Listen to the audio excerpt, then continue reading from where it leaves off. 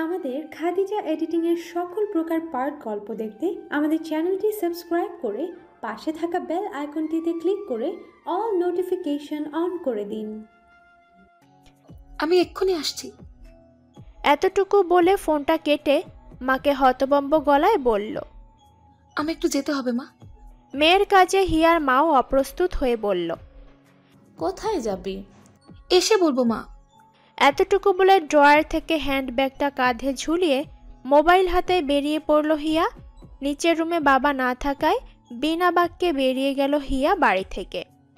শহর থেকে কিছুটা দূরে কিছু গাছেদের আড়ালে লুকিয়ে আছে একটা কালো গাড়ি। তার ভেতরেই হাতে আর মাথায় ব্যান্ডেজ করে চুপচাপ বসে আছে নির্মল।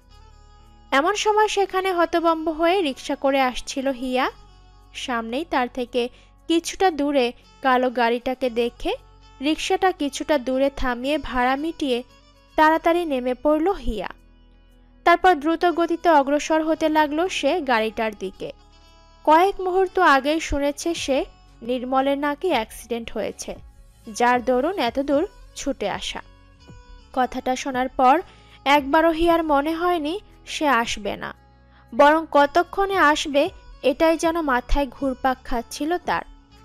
অন্যদিকে লুকিং গ্লাসে হিয়াকে আসতে দেখে ওদিকেই তাকিয়ে রইল নির্মল। লাল শাড়ি, খোলা চুল, চোখে কাজল, ঠোঁটে লাল লিপস্টিকে অপরূপ লাগছে যেন হিয়াকে। এরই মাঝে গাড়ির দরজা খুলে ভেতরে বসে পড়ল হিয়া। তারপর হতভম্ব কণ্ঠ নিয়ে বলল, এগুলো কি করে হলো? হুট করে জিনিসটা হয়ে যাওয়াতে লুকিং গ্লাস থেকে দৃষ্টি সরিয়ে শান্ত ভঙ্গিতে তাকালো নির্মল হিয়ার দিকে। মেয়েটাকে আজ যেন বড্ড বেশি সুন্দর লাগছে। কপালের পাশে বিন্দু বিন্দু ঘাম জমেছে হিয়ার, চোখে মুখে স্পষ্ট হতাশার ছাপ। না চাইতেই নির্মল তাকিয়ে রইল হিয়ার মুখের দিকে। এই একটা মেয়ের মুখে কি এমন জাদু আছে বুঝে উঠতে পারে না নির্মল। মেয়েটাকে দেখলেই আর উত্তেজিত মনটা শান্ত হয়ে যায় নিমেষেই। আবার যন্ত্রণা দেওয়ার ক্ষেত্রেও এই মেয়েটা সবার থেকে এগিয়ে। নানান কিছু ভাবতে লাগলো নির্মল হিয়ার মুখের দিকে তাকিয়ে। নির্মলকে নিজের দিকে তাকিয়ে থাকতে দেখে আবারও উত্তেজিত কণ্ঠ নিয়ে বলে উঠল হিয়া, কি হলো? আপনি কিছু বলছেন না কেন? প্রতি উত্তরে হুট করেই হিয়াকে জড়িয়ে ধরল নির্মল। নির্মলের কাজে পুরোই চমকে উঠল হিয়া।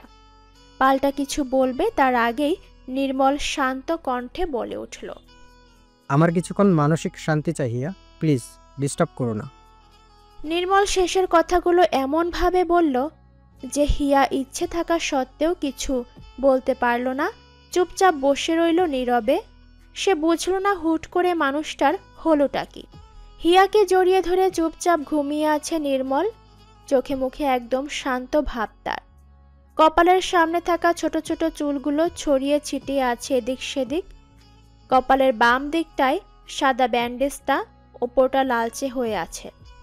গাড়ির জানালা খোলা থাকায় আকাশপথ বেয়ে আসছে মৃদু বাতাস। সেই বাতাসে উড়ছে নির্মল হিয়ার দুজনেরই মাথার চুল। যদিও হিয়ার দৃষ্টি বর্তমানে নির্মলের মুখের দিকে। মানুষটা ঘুমিয়ে থাকলে একদম বাচ্চাদের মতো নিষ্পাপ লাগে।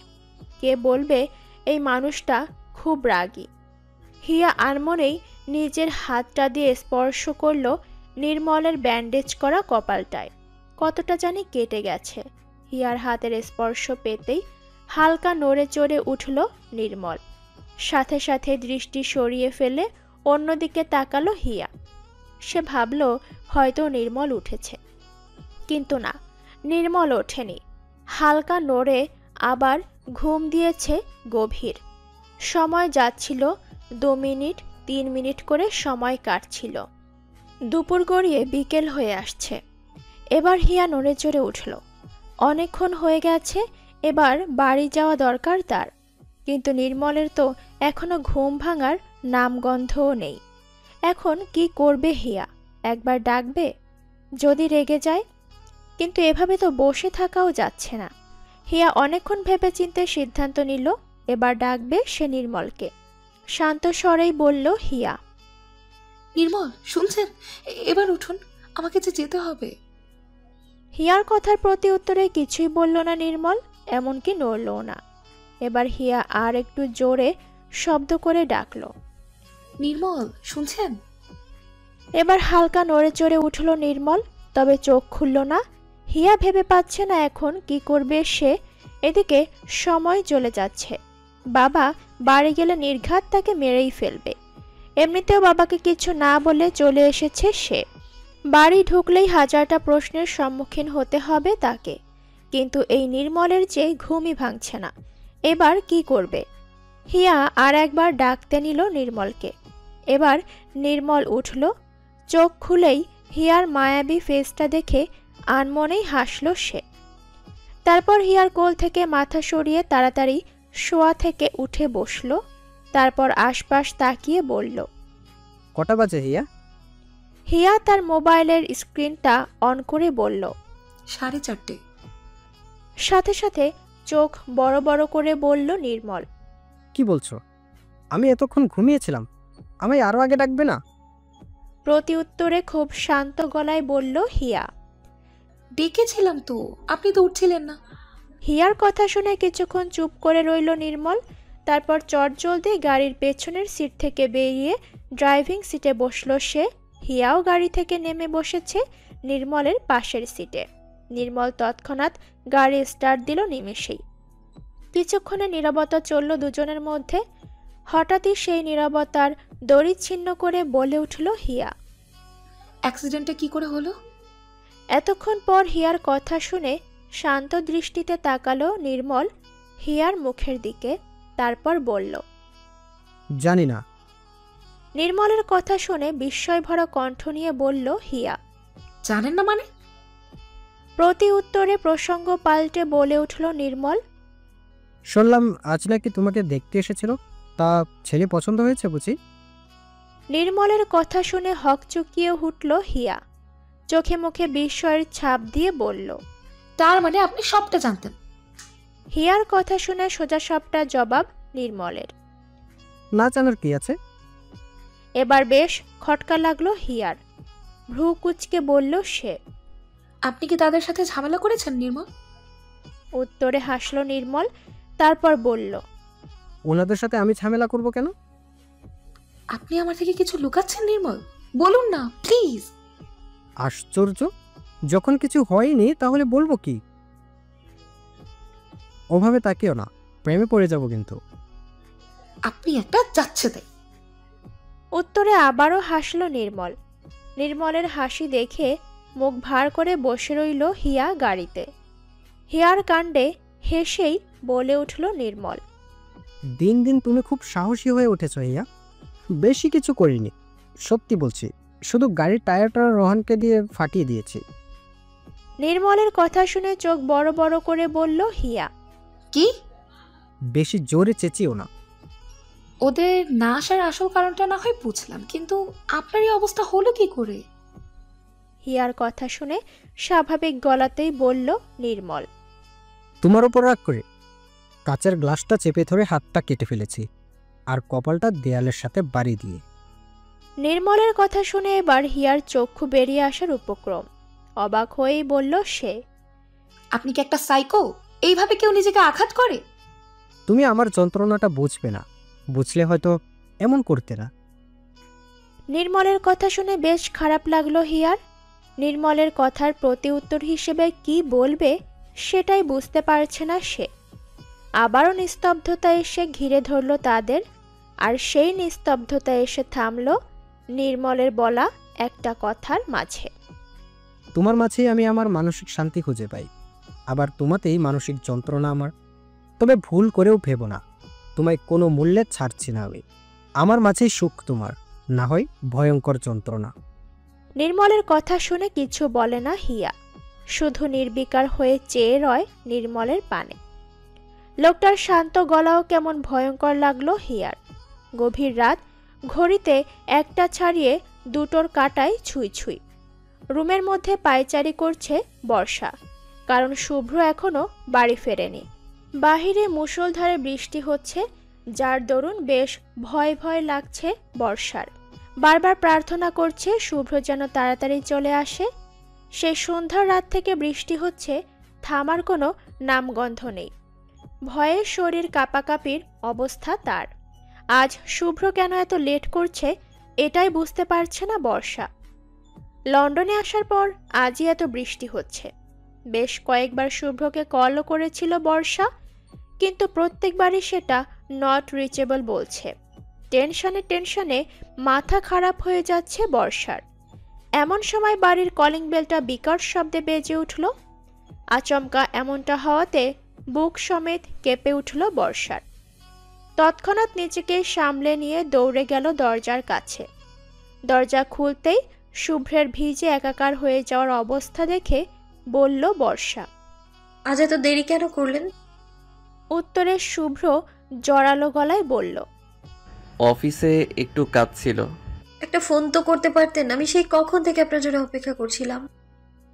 উত্তরে ভাঙা গলায় বলল শুভ্র, আমার খুব ক্লান্ত লাগছে বর্ষা, বাকি কথা কাল বলবো। আপনি কিছু খাবেন না? আমি খাবার গরম করে আছি, আপনি রুমে গিয়ে ফ্রেশ হয়ে নিন। বর্ষার কথার পাল্টা উত্তর হিসেবে কিছুই বলল না শুভ্র। নীরবে এগিয়ে গেল সে তার রুমের দিকে। অত্যধিক হারে বৃষ্টিতে ভেজার জন্য চোখ মুখ জ্বলছে শুভ্রের, মাথাটাও ভার হয়ে আছে। হয়তো আজ তার জ্বর আসবে। সচরাচর বৃষ্টিতে ভেজে না শুভ্র। বৃষ্টি জিনিসটাকে অতটাও পছন্দ করে না সে, কারণ হালকা একটু বৃষ্টিতে ভিজলেই তার জ্বর আসে। আজ এক প্রকার বাধ্য হয়ে বৃষ্টিতে ভিজতে হয়েছে তাকে। রুমে ঢুকে শুভ্রকে কাঁথা জড়িয়ে ঘুমোতে দেখে বেশ হতাশ হয়েই হাতে আনা খাবারগুলো টেবিলে রাখলো বর্ষা। শুভ্রের টেনশনে সে নিজেও কিছু খায়নি, কিন্তু এখন শুভ্রকে ঘুমিয়ে পড়তে দেখে নিরাশ হলো বর্ষা। একবার ভাবলো শুভ্রকে ডাকবে। শুভ্র কি খেয়ে এসেছে নাকি না খেয়ে ঘুমিয়ে পড়েছে? বলল তো অফিসে ছিল, তাহলে বোধহয় না খেয়েই এসেছে। নানান কিছু ভেবে বর্ষা সিদ্ধান্ত নিল ডাকবে সে শুভ্রকে। এক বুক সাহস নিয়ে জোরে নিঃশ্বাস ফেলে বলল বর্ষা, শুনছেন, আপনি কি কিছু খাবেন না নাকি না খেয়ে ঘুমিয়ে পড়লেন? উত্তরে কোনো হেলদোল করল না শুভ্র। শুভ্রকে চুপচাপ দেখে গায়ে হাত দিয়ে বসল বর্ষা। সাথে সাথে চমকে উঠল সে। হতাশ হয়েই বলল বর্ষা, আপনার তো জ্বর এসেছে শুভ্র। আতঙ্কিত চেহারা নিয়ে বসে আছে বর্ষা শুভ্রের পাশে। কি করবে না করবে কিছুই যেন বুঝতে পারছে না সে। এত রাতে কাউকে ডেকে হেল্প চাইবে তাও পারছে না। বর্ষা এসব বিষয়ে বরাবরই ভীতু টাইপের। এর আগেও বাংলাদেশে বসে শুভ্রের জ্বর এসেছিল। দুদিন তো শুভ্রের হুঁশই ছিল না। বর্ষা সহ বাড়ির সবাই আতঙ্কিত ছিল তখন, কিন্তু বর্ষার মা শুভ্রের মায়ের সেবায় ঠিক হয়ে গিয়েছিল শুভ্র। বর্ষা শুধু দূর থেকেই সেগুলো দেখেছিল। বর্ষা কিছুক্ষণ চুপ থেকে শুভ্রের কপালে হাত রাখল। আগের চেয়েও গরম লাগছে বেশি। বর্ষার দেরি না করে চটজলদি চলে যায় ওয়াশরুমের দিকে। তারপর বালতি আর মগ নিয়ে এসে শুভ্রকে সুন্দর মতো শুইয়ে দিয়ে পানি দিতে লাগলো মাথায়। ঘড়ির কাঁটায় তখন প্রায় 2:30 ছাড়িয়ে 3টের কাছাকাছি। আজ রাতে আর খাওয়া হবে না হয়তো কারো। বাহিরে এখনো মুষলধারে বৃষ্টি হচ্ছে, মনে হয় না আজ রাতে আর থামবে। সূর্যি মামার তীব্র আলো তখন। রাত ফুরিয়ে সকাল হয়ে গেছে অনেক আগেই। জানালার কার্নিশ বেয়ে পর্দা ভেদ করে আসছে সূর্যি মামার তীব্র আলো। সেই আলো এসে পড়ছে বর্ষার মুখে। সারা রাত শুভ্রের মাথায় পানি আর জলপট্টি দিয়ে প্রায় সকাল সকাল হওয়া ভাব। এমন সময় ঘুমিয়েছে সে, তাও বিছানায় নয়, খাটে মাথা দিয়ে নিচে বসে বসে। তার পাশেই কাঁথা মুড়ি দিয়ে বেঘরে ঘুমিয়ে আছে শুভ্র। জ্বরের ঘরে সে হয়তো বুঝতেও পারেনি কেউ তার জন্য সারা রাত জেগেছিল। আচমকাই অ্যালার্ম ঘড়িটার ঝনঝন শব্দে বেজে উঠতেই ঘুম ভাঙল বর্ষার। তৎক্ষণাৎ অ্যালার্ম ঘড়িটা হাতে নিয়ে বন্ধ করে দিল। তারপর তাকালো সে আশেপাশে। চোখ দুটো জ্বলছে অল্প স্বল্প। বর্ষা কিছুক্ষণ চুপচাপ বসে থেকে তাকালো শুভ্রের মুখের দিকে। ফর্সা মুখটা লালচে হয়ে আছে। শুভ্র বর্ষার চেয়ে ফর্সা। চুলগুলো অসম্ভব সুন্দর আর সিল্কি। শুভ্রের চোখ দুটোকে ভীষণ ভালো লাগে বর্ষার। কখনো প্রকাশ করা হয়নি, কিন্তু লাগে। মাঝে মাঝে তা শুভ্রকে বলতে ইচ্ছে করে বর্ষার।